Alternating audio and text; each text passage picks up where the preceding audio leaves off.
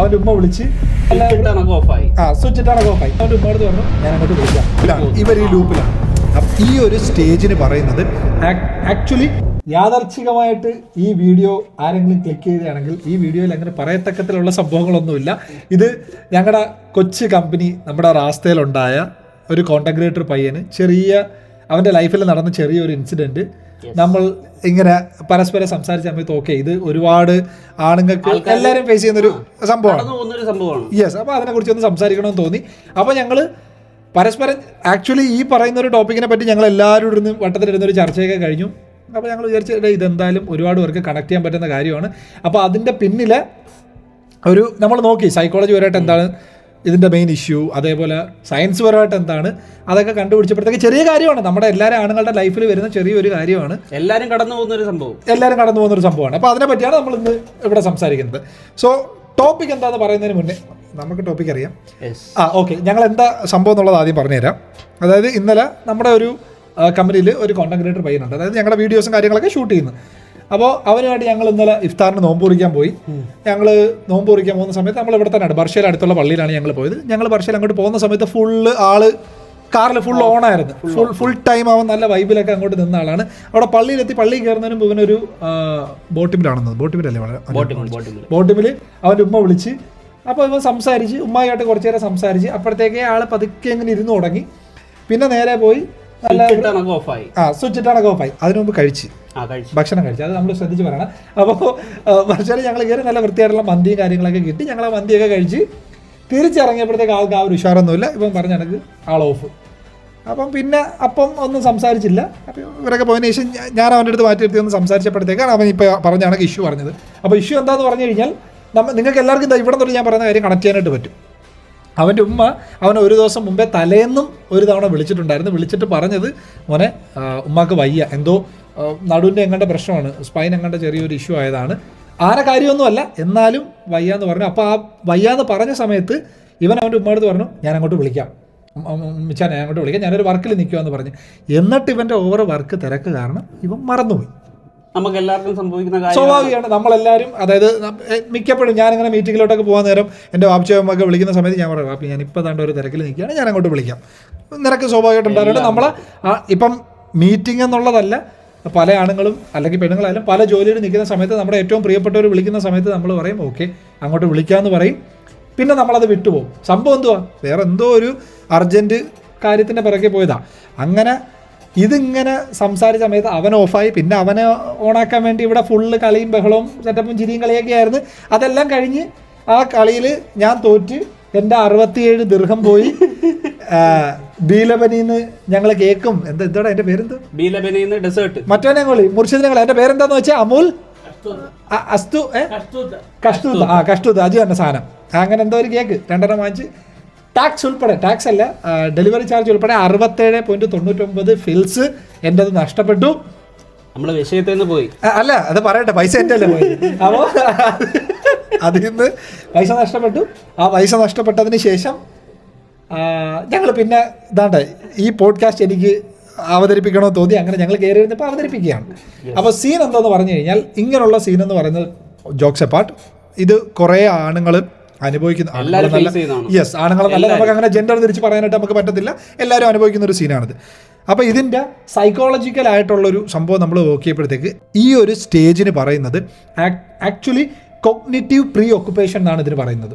അതായത് cognitive pre occupation എന്ന് പറഞ്ഞു കഴിഞ്ഞാൽ മുഹമ്മദ് ഞാൻ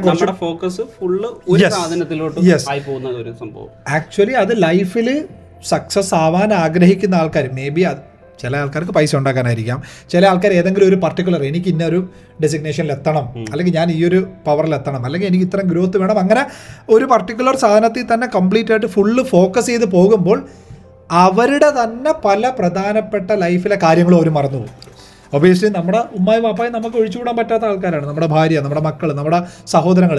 പക്ഷേ ഇവരൊക്കെ വേറെ എന്തെങ്കിലും ഒരു അർജൻറ്റ് സ്റ്റേജിൽ നിൽക്കുമ്പോൾ ആക്ച്വലി നമ്മളെല്ലാവരും അവർക്ക് വേണ്ടി തന്നെയാണ് ഈ വർക്കൊക്കെ ചെയ്യുന്നതെങ്കിൽ കൂടെ അവരുടെ ഒരു അർജൻറ്റ് കേസിൽ നമ്മളെ വിളിക്കുമ്പോഴത്തേക്ക് നമ്മുടെ ഫോക്കസ് ഇവിടെ ആയതുകൊണ്ട് നമ്മൾ പറയും ഓക്കെ നമ്മൾ ഈ വർക്ക് ചെയ്യുന്നതും അവരുമായിട്ടുള്ള ടൈം സ്പെൻഡ് ചെയ്യാനായിട്ടാണ്. എക്സാക്ട്ലി 100% അത് 100% ശരി തന്നെയാണ്. അപ്പം ഇതാണ് ഇതിൻ്റെ ഒരു സൈക്കോളജിക്കൽ സ്റ്റേജ് എന്ന് പറയുന്നത്.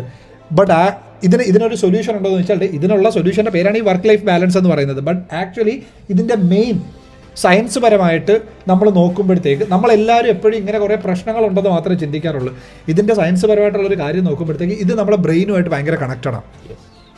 ഇതിന് പറയുന്നത് ഡോപ്പമൈൻ ലൂപ്പ് എന്നാണ് പറയുന്നത്. ഡോപ്പമൈൻ ലൂപ്പ്, അതായത് ഡോപ്പമൈൻ എന്ന് പറഞ്ഞാൽ നമ്മുടെ ബ്രെയിനിനകത്തുള്ള നമുക്ക് ഹാപ്പിനെസ് തരുന്ന ഒരു കെമിക്കലാണ്, ഒരു റിവാർഡ് സിസ്റ്റമാണ്. ആ ഒരു കെമിക്കൽ തരുമ്പോഴത്തേക്ക് നമുക്ക് ഹാപ്പിനെസ് കിട്ടും. ഫോർ എക്സാമ്പിൾ നമ്മളിപ്പോൾ എന്തെങ്കിലും ഒന്ന് ചെയ്തുകൊണ്ടിരിക്കുമ്പോഴത്തേക്ക് നമ്മൾ 2 മിനിറ്റ് പോയി ഇൻസ്റ്റാഗ്രാമിൽ റീലൊക്കെ സ്ക്രോൾ ചെയ്യാറുണ്ട്, നമ്മൾ ഗെയിം കളിക്കാറുണ്ട്, ഒന്ന് ജസ്റ്റ് വേറെ എന്തെങ്കിലുമൊക്കെ കാര്യങ്ങൾ ചെയ്യാറുണ്ട്. അതായത് നമുക്കൊരു ഇൻസ്റ്റന്റ് ഹാപ്പിനെസ് കിട്ടുന്ന എന്തെങ്കിലും ഒരു കാര്യം നമ്മൾ ചെയ്യും. ഇതേ സെയിം സാധനം ഇത് ഈ ഫോക്കസ്ഡ് ആയിട്ടുള്ള ആൾക്കാരില്ലേ, ഇവരെ സംബന്ധിച്ചിടത്തോളം ഇതൊരു ലൂപ്പാണ്, ഡോപ്പമൈൻ ലൂപ്പ് എന്ന് പറയും. അതായത് ഇവരുടെ ഫോക്കസ് നിനക്ക് സംഭവം ഇടില്ല. ഇവരുടെ ഫോക്കസ് എന്ന് പറഞ്ഞാൽ എന്താണ്, ലോങ് ടേമിലേക്ക് നമുക്കൊരു പൊസിഷനിൽ എത്തുക, നമുക്ക് അല്ലെങ്കിൽ കുറച്ച് പൈസ ഉണ്ടാക്കുക, നമുക്ക് സക്സസ് അല്ലെങ്കിൽ അച്ചീവ്മെന്റ്, ഇതൊക്കെ എന്ന് പറഞ്ഞാൽ ലോങ് ടൈമാണ്. അപ്പോൾ ആ ലോങ് ടൈമിൽ ആ സ്റ്റേജ് എത്തുന്നത് വരെയും ഈ വർക്കിൽ തന്നെ ലൂപ്പിലാണ്, ഇവർ ഈ ലൂപ്പിലാണ്. അപ്പം ഇതിൽ നിന്ന് ബാലൻസ് ചെയ്യുന്ന ആൾക്കാരെയാണ് ആക്ച്വലി വർക്ക് ലൈഫ് ബാലൻസ് ചെയ്യാൻ അറിയാവുന്ന ആൾക്കാരെന്ന് പറയുന്നത്. പക്ഷേ സീരിയസ്ലി പറയുകയാണെങ്കിൽ ഇന്നത്തെ തലമുറയിൽ അത് വളരെ ഭയങ്കര കുറവാണ്. നമ്മളില്ലെങ്കിൽ പിന്നെ അംബാനിയുടെ മക്കളാണെന്നുണ്ടെങ്കിൽ അംബാനിയേക്കാൾ എന്ന് പറയുന്ന പോലെ സിസ്റ്റം ഫോളോ ചെയ്യാൻ പറ്റുന്ന ആൾക്കാരാണെങ്കിൽ മാത്രമേ അവർക്ക് ആ വർക്ക് ബാലൻസ് കൊണ്ടുപോകാൻ പറ്റുള്ളൂ. അല്ലാതെ വലിയ പാടാണ്. ഇപ്പം ഞാൻ പറഞ്ഞില്ലേ, മെയിനായിട്ട് പറഞ്ഞാൽ ഒന്നെങ്കിൽ നമുക്കിപ്പോൾ വീട്ടുകാരൊക്കെ ഭയങ്കരമായിട്ട് പൈസ ഉണ്ടാക്കിയിട്ടുള്ള ആളാണെന്നുണ്ടെങ്കിൽ ഓക്കെ, നമുക്കങ്ങനെ ഓവർ സ്ട്രെസ് എടുത്തിട്ട് ഒന്നും തെളിയിക്കണം. പക്ഷെ സ്വന്തമായിട്ട് ലൈഫിൽ എന്തെങ്കിലും ഒരു കാര്യം തെളിയിക്കണമെന്ന് ആഗ്രഹമുള്ള ആൾക്കാർ എപ്പോഴും ഈ ഡോപ്പമൈൻ ലൂപ്പിൻ്റെ അകത്താണ്. ബട്ട് ആക്ച്വലി ആ ഡോപ്പമൈൻ ലൂപ്പ് എന്ന് പറയുന്നത് ഇവർ അതിനകത്ത് പെട്ടുപോകുന്നത് എന്തുകൊണ്ടാണ്, ഇവർ നിൽക്കുന്ന സ്റ്റേജ് എന്ന് പറയുന്നത് കോഗ്നിറ്റീവ് പ്രീ ഓക്കുപ്പേഷൻ എന്ന് പറയും. കോഗ്നിറ്റീവ് പ്രീ ഓക്കുപ്പേഷൻ ഫുള്ളി ഒരു കാര്യത്തിൽ ഒക്കുപ്പൈഡ് ആണ്. എന്നാൽ അവർ ചെയ്യുന്നത് ലൈഫിൽ ഒരു പൊസിഷനിൽ എത്താൻ വേണ്ടിയാണ്. ആ ലൈഫിൽ അവർ ആ പൊസിഷനിൽ എത്തുന്നത് എന്തിനാണ്, നമ്മളെ പ്രിയപ്പെട്ടവരുമായിട്ട് ടൈം സ്പെൻഡ് ചെയ്യാൻ. യെസ്, ബട്ട് ആ പ്രിയപ്പെട്ടവർക്ക് വേണ്ടുന്ന സമയത്ത് ഇവരെ കിട്ടുന്നുമില്ല. ഇത് കുറേ ആൾക്കാരുടെ പേഴ്സണൽ ലൈഫ് നശിപ്പിച്ചിട്ടുള്ള സാധനമാണ്. ഇപ്പോഴും കുറേ ആൾക്കാരുടെ പേഴ്സണൽ ലൈഫ് നശിപ്പിച്ചുകൊണ്ടിരിക്കുന്ന സാധനമാണ്. ബട്ട് ഇതിൻ്റെ ഒരു സൊല്യൂഷൻ എന്തെന്ന് വെച്ച് കഴിഞ്ഞാൽ, ഞാനിപ്പോൾ നമുക്ക് വേണമെങ്കിൽ പറയാം നിങ്ങൾ ഭയങ്കരമായിട്ട് വർക്ക് ലൈഫ് ബാലൻസ് ഒക്കെ ചെയ്യണമെന്നൊക്കെ നമുക്ക് നിന്ന് താളം പിടിക്കാം. ബട്ട് ആ ഒരു സ്റ്റേജിൽ എത്തുന്ന ആൾക്ക് ഭയങ്കര ബുദ്ധിമുട്ടുള്ള കേസാണ്. അതൊരു ബ്രേക്ക് ഈവൻ ആവുന്നത് വരെ നമ്മൾ ഈ ലൂപ്പിൽ പെട്ടുപോകും 100%. അപ്പം ഇതാണ് ആക്ച്വലി ഇന്ന് നമ്മുടെ കമ്പനിക്കകത്ത് ഒരു പയ്യൻ്റെ ലൈഫിൽ നടന്ന ഒരു സംഭവം. ഞങ്ങൾ പ്രോപ്പറായിട്ട് അതിനെ പറ്റി ഒന്ന് റിസർച്ച് ചെയ്തപ്പോഴത്തേക്ക് അതിൻ്റെ പിന്നിൽ നമ്മുടെ ബ്രെയിൻ വർക്കാവുന്ന രീതി, നമ്മുടെ മൈൻഡ് വർക്കാവുന്ന രീതിയൊക്കെ ഇതാണ്. പക്ഷേ ഇത് ഒരുപാട് ആൾക്കാർക്ക് നിങ്ങൾക്ക് കണക്ട് ചെയ്യാനായിട്ട് പറ്റും. കാരണം നമ്മളെല്ലാവരും പൊയ്ക്കൊണ്ടിരുന്നത് ഇങ്ങനെ, അതായത് സ്ട്രഗിൾ ചെയ്യുന്ന ഓരോ ആൾക്കാരും പൊയ്ക്കൊണ്ടിരിക്കുന്നത് ഈ ഒരു ജേണിയിലൂടെയാണ്. അപ്പം നിങ്ങൾ മനസ്സിലാക്കേണ്ടുള്ളത്, ആക്ച്വലി ഈ ലൂപ്പിനകത്ത് നിൽക്കുന്നത് നല്ലത് തന്നെയാണ്, ഒരു രീതിയിൽ പറഞ്ഞാൽ നല്ലതാണ്. ഈ കോഗ്നിറ്റീവ് പ്രീ ഓക്കുപ്പേഷൻ എന്ന് പറയുന്ന സ്റ്റേജ് നല്ലതാണ്, ഇതൊക്കെ നല്ലതാണ്. പക്ഷേ എന്തെങ്കിലും ഒരു കാര്യം നമ്മളവിടെ മിസ് ഔട്ട് ചെയ്യേണ്ടതായിട്ട് വരും. പിന്നെ അതെല്ലാം ഓവർകം ചെയ്ത് നിങ്ങൾക്ക് അത്രത്തോളം വർക്ക് ലൈഫ് ബാലൻസ് എന്ന് പറയണമെന്നുണ്ടെങ്കിൽ ആക്ച്വലി നിങ്ങളുടെ ലൈഫിൽ നിങ്ങളുടെ പ്രിയപ്പെട്ടവർ നിങ്ങൾക്ക് സാക്രിഫൈസ് ചെയ്യുന്നതാണ്. എന്നാലേ അവർക്ക് ആ സ്റ്റേജിൽ എത്താൻ പറ്റുള്ളൂ. അതുകൊണ്ടാണ് ഈ കുറേ ഞാൻ പറഞ്ഞു കേട്ടിട്ടുണ്ട്. അതായത് ഇപ്പം ഞാൻ അവൻ്റെ കേസ് പറയില്ല, അല്ലാതെ ഞാൻ പറയാം, സക്സസ് ആയിട്ടുള്ള ഏതൊരു ആണിൻ്റെ പിറകെയും ഒരു പെണ്ണുണ്ട് ഇങ്ങനെ പറയും. അത് ആക്ച്വലി ആ പെണ്ണ് ഭയങ്കര സപ്പോർട്ട് ചെയ്യുന്നതല്ല അതിൻ്റെ അർത്ഥം. അവരെ ഡ്രീമിന് വേണ്ടി കിടന്ന് ഓടുന്ന സമയത്ത് ഇവിടെ ഒരു ലൈഫ് ബാലൻസ് ചെയ്ത് ഓക്കെ ഇന്ന ആള് നമുക്ക് വേണ്ടിയാണ് പോകുന്നതെന്ന് പറഞ്ഞ. ബട്ട് ആക്ച്വലി അതൊരു വൺ സൈഡ് സംഭവമാണ്.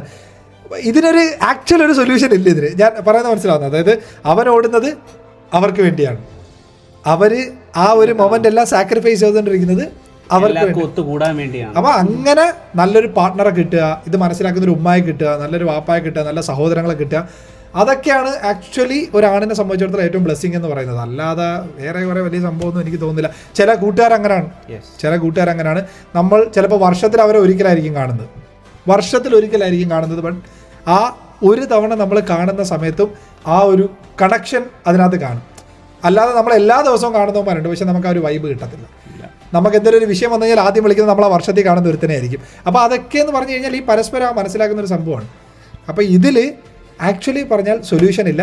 ഇനി കുറച്ച് നാൾ കഴിയുമ്പോഴത്തേക്ക് ഈ ടോപ്പിക്ക് ആരെങ്കിലും മുകളിലെടുത്ത് വെച്ചിട്ട് ഇങ്ങനെ അതെ റിയാക്ഷനൊക്കെ ഇതിൽ കൂടെ നമ്മൾ പൊക്കോണ്ടിരിക്കുന്നതാണ്. അതെ, പറയുന്നത് 100% ശരിയുള്ള കാര്യമാണ്. അപ്പോൾ അത്രയും പറഞ്ഞ് ഞങ്ങൾ ഇവിടെ അവസാനിപ്പിക്കുകയാണ്. So okay, see you soon. Bye. Good night.